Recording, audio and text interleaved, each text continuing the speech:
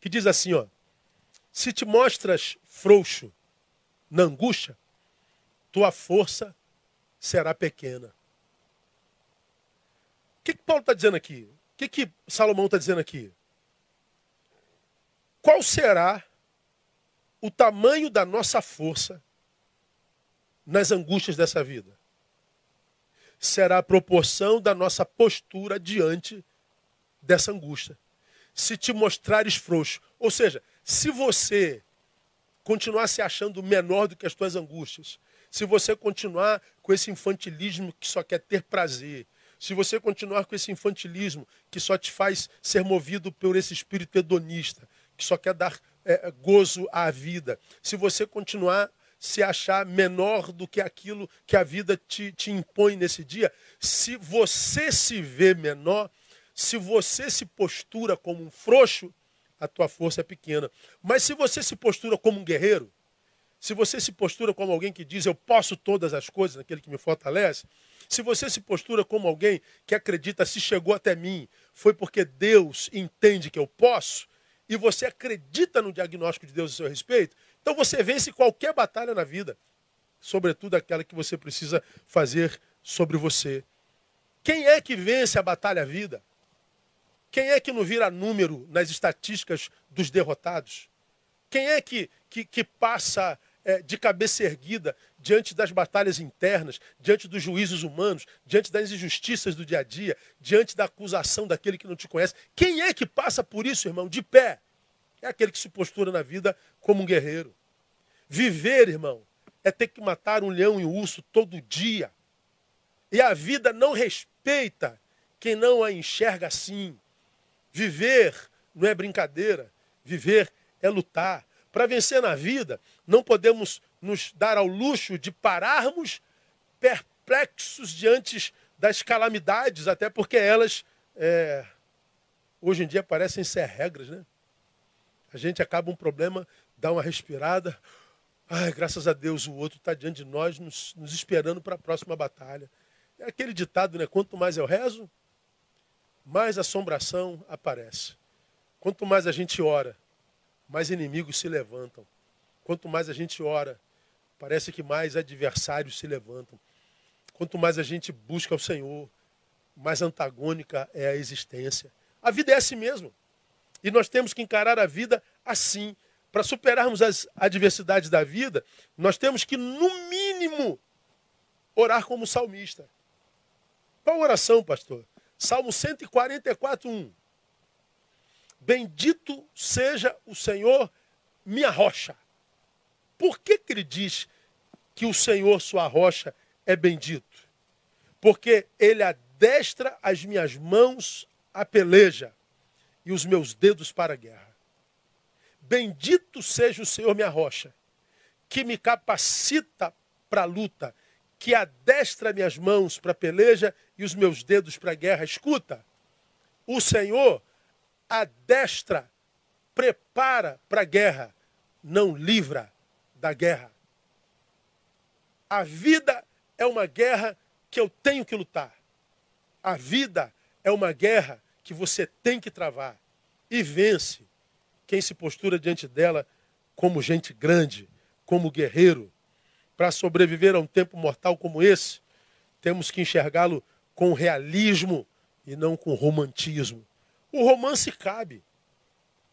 Quando nós estamos com os nossos amados, quando nós estamos vivendo os nossos sábados, quando nós chegamos depois da luta do dia a dia à nossa casa, claro que nós temos que tatuar essa vida, essa guerra com amor, temos que marcar essa vida com solidariedade, com gentileza, mas nós estamos em guerra. E eu volto à pergunta. Nesse dia de hoje, 15 para as 9, você ofendeu alguém? Agrediu alguém? Abençoou alguém? Trouxe alguém para cima? Que tipo de dia foi o teu? Mas, como é que a gente faz, pastor, para vencer essa guerra caminhando para o final? Tem que fazer na adversidade caminhos. Ou seja, temos que aprender a abrir caminhos onde não há. Ter que lutar, irmão, é ter que trafegar em terrenos que a gente não conhece. Temos que lutar. Isso quer dizer que há momentos que eu vou ter que partir para dentro do inimigo. Há momentos que eu vou ter que me esconder do inimigo. Há momentos que eu vou ter que correr do inimigo. Falamos sobre isso domingo passado. Há momentos que a gente tem que meter o pé na porta. Por que clamas a mim, Moisés? Se não é hora de oração, mete o pé na porta e entra nesse mar. Há momentos que a gente tem que ficar estrategicamente, ficar em Jerusalém, até que do alto vocês sejam revestidos de poder.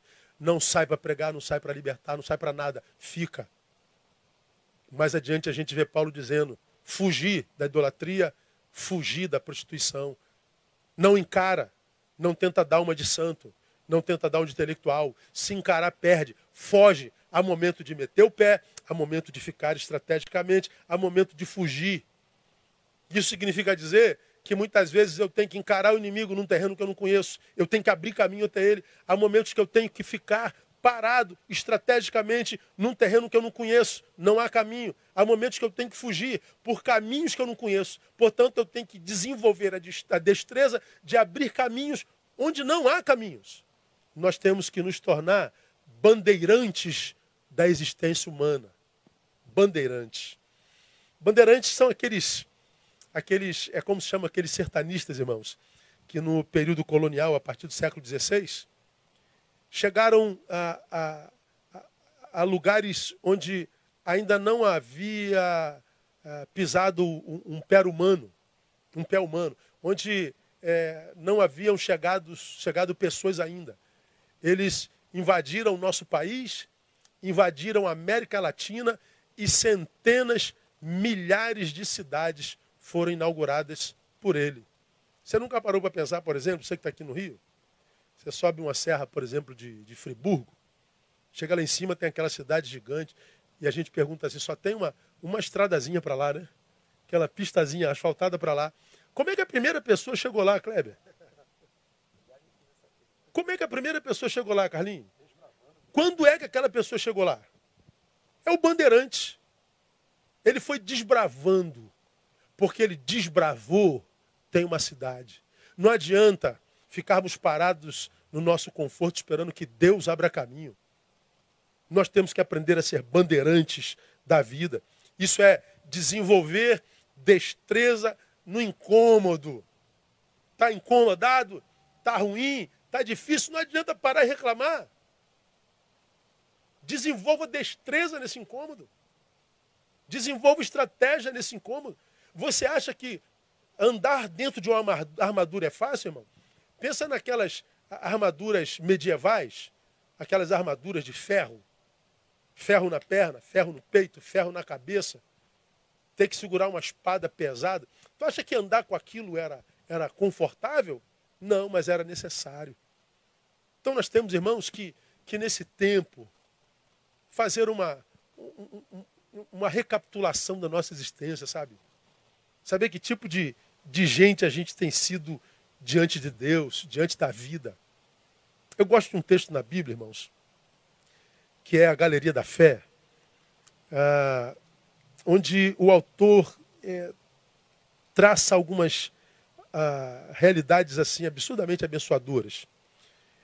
2 versículos para vocês, o 33 e o 34, os quais, por meio da fé, venceram reinos, praticaram a justiça, alcançaram promessas, fecharam a boca dos leões, apagaram a força do fogo, escaparam ao fio da espada e o que é mais brilhante, da fraqueza tiraram força. Tornaram-se poderosos na guerra, puseram em fuga exércitos estrangeiros. Como que eles conseguiram tudo isso? Porque eles conseguiram da fraqueza extrair força. Veja, irmão, de onde que eles tiraram força? Qual foi a origem da força deles? Da fraqueza. Dizem que filho de peixe, peixinho é, né? Filho da fraqueza é o quê? Esse texto está dizendo que não é fraquinho, não. Que o filho da fraqueza pode ser fortaleza. O filho da fraqueza pode ser coragem. O filho da fraqueza pode ser superação. Sabe por quê? Porque a gente só extrai força da fraqueza quando a gente faz isso na força do poder de Deus.